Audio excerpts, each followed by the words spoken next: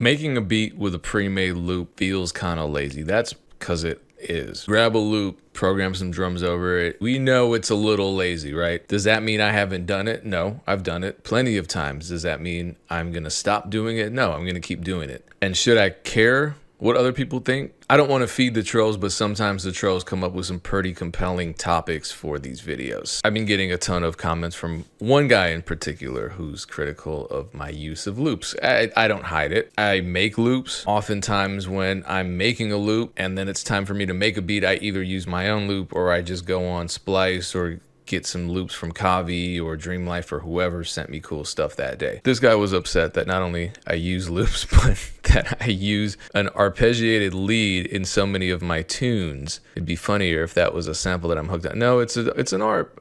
This guy doesn't watch my videos because I've actually explained how to program it. It's pretty simple, but you know, God forbid I have a signature sound. So this guy espouses all kinds of goofy ideas about production beyond just criticizing someone for having a signature sound. Like, this is a super long comment and it comes from a whole conversation that I stepped out of because it was just dumb. Basically, my beats are trash, I'm lazy, I'm using other people's pre-made loops, all my beats are rudimentary and tritone-esque. You know, it's all simple, and he's shitting on hip-hop because, you know, these elitists always want to shit on hip-hop. The dopest producers on the planet are pompous, Eurocentric internet trolls. Most of it's super simple stuff. I wasn't busting his balls, blah, blah, blah. It's not that deep. Saying it's not that deep after spending a bunch of time leaving a whole bunch of comments on my videos. Let's see how many he's actually left.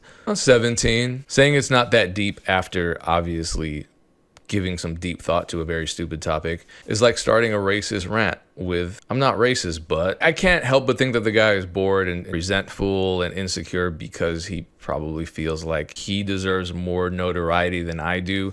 And so it's crummy that I have more notoriety than he has. And this is just an expression of that. If I'm wrong, I'm wrong. That's how it feels. If that's the case, I feel bad for him. I'm sure he's a virtuoso. I'm sure his beats are full of complex chord structures and amazing, impressive solos that are all in challenging scales, you know, really unique sounding stuff, right?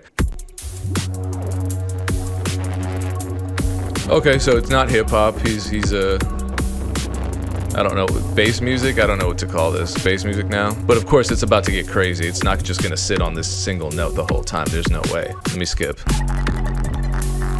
Oh, it's still on the same note.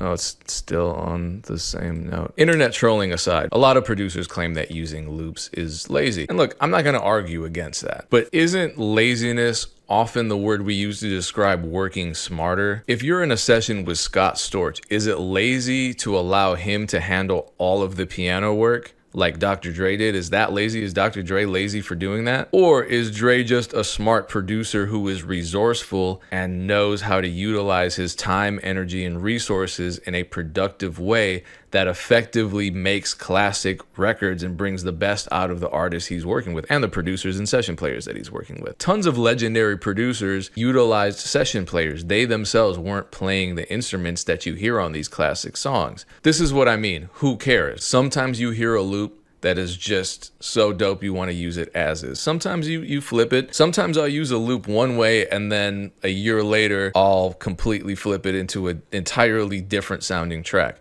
Now, this happens a lot with the loops that Kavi sends me, and he just dropped a new pack called Elements of R&B. Look, I use this loop as is. I changed the pitch a little bit, but come on, guys. What would you do if you heard this loop?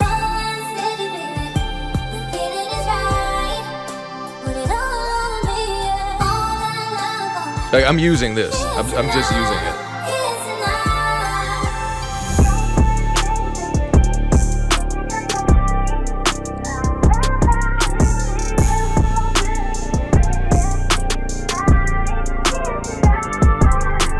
I don't even feel bad. And that's actually one sound of over 3,000 that he just dropped in the Elements of R&B Mega Pack. It actually contains 7 different sample packs within it, so it's not just a sample pack. I called it a Mega Pack. This is what it looks like. Look at all these sounds.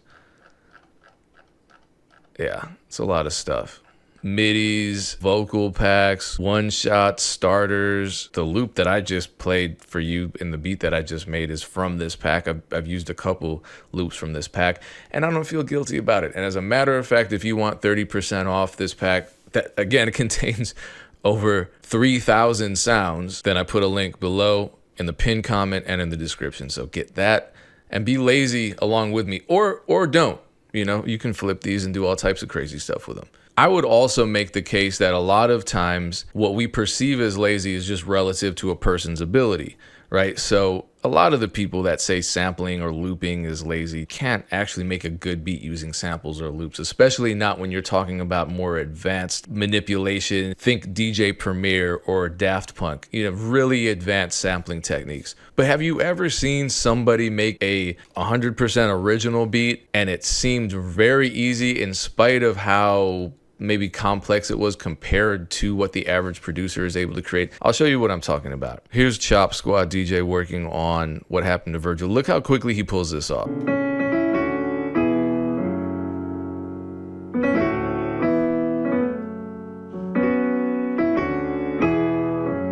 I'll be honest with you, it takes me longer to find a decent splice sample than it took him to come up with that progression. Does that mean what he did was simple? No, because most producers can't play keys at that level. But the fact of the matter is, it appeared very simple because of his level of expertise and experience. Now, what does that mean for this discussion? Does that mean that if I learn to play a chord progression that thousands of other people have played before me, I'm a better producer, or I'm a more legitimate musician than someone who uses a loop that's based off that very same chord progression? I mean, think about the 1-5-6-4 chord progression. Pretty lazy, right? But hit songs continue to be made using that exact chord progression.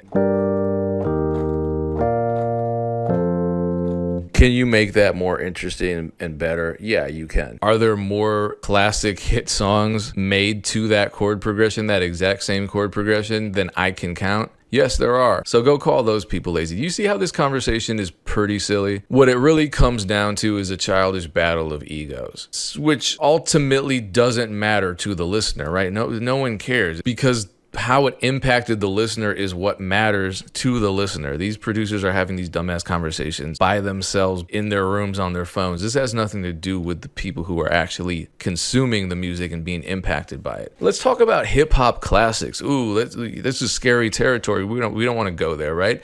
Today Was a Good Day by Ice Cube, loop. Juicy by Notorious Big, loop. Wu-Tang Clan, Cream, loop. Who's going to disrespect the producer's beat? Who's going to disrespect those songs, period? These are classics. The fact that they're based on looped up 4 to 8 bar sections of a sample has no bearing on what those songs mean to the culture or to the people that listen to them and that continue listening to them to this day. And I already know what some producers are going to say, but back then you had to dig for those samples. Let's be realistic. Juicy Fruit was based on a sample called Juicy. That was a gold record. That was a hit song. This wasn't obscure. Today Was a Good Day was based on an Isley Brothers song off a 2-time selling platinum album called Go For Your Guns. You didn't really have to dig that deeply for it. It just sounded good and it impacted people, and it was used in the right way by a producer I respect. Wu-Tang Clan? All right, less so, but it was a sample of the Charmels, who were also known as the Dixie Bells, and they were associated with a lot of big, Anita Kerr, they were associated with, Isaac Hayes, they were associated with, and they had 2 Billboard Top 100 hits. One was number 15, one was number 9. Again, if you really feel like you want to waste your time arguing about the validity of loops versus samples, looped samples versus pre-made loops, I hope this is a hobby that you're getting paid for, because otherwise it's just absolutely a waste of your time and energy. Now, I'm going to admit something else. As someone who makes loops, I used to get annoyed when I would hear somebody just use my loops as is and add drums to them. I'm like, I wanted to flip. Realistically, though, good drums can transform a sample of mine into something amazing, something that I couldn't have done. Sometimes that's exactly what you need to create the best possible song. My philosophy is make what you love, make what sounds good, use your resources wisely, and if it impacts the listeners, then you did your job as a producer. And I don't give a fuck about what producers in this internet echo chamber have to say about that practice. I care about the listener. I care about the music. I care about the feeling I get from the music that I create. And I'll end on this. This is a positive thing. This is the ultimate irony about loop-based producers. They create jobs for musicians, for legitimate musicians, as the haters call it. So if you care about pianists and singers and guitar players and instrumentalists in general, then you should love producers who use pre-made loops. These loop-based producers are creating a whole economy for them, getting them placement money, getting them sync money, getting them splice money, getting them sample pack money, getting them session fee money. So why be angry at that when it helps feed the ecosystem of musicians in general? I mean, we know why, because people are bitter, people are angry, people hate hip hop for one reason or another. People are frustrated with their own careers, which is a crying shame, because to the people who don't care and who don't let this stuff bother them, making music, regardless of the process you use, is really fun, and it brings a lot of peace and happiness into your life, and it impacts people who listen to it in ways that you can't even imagine. There's no better feeling than seeing a reaction, a positive reaction from a listener to something that you either created yourself or contributed to. So if you're going to focus your attention on achieving any feeling, focus on that rather than winning an argument about using loops when none of it matters. Make great music, be happy, much success to you. Peace.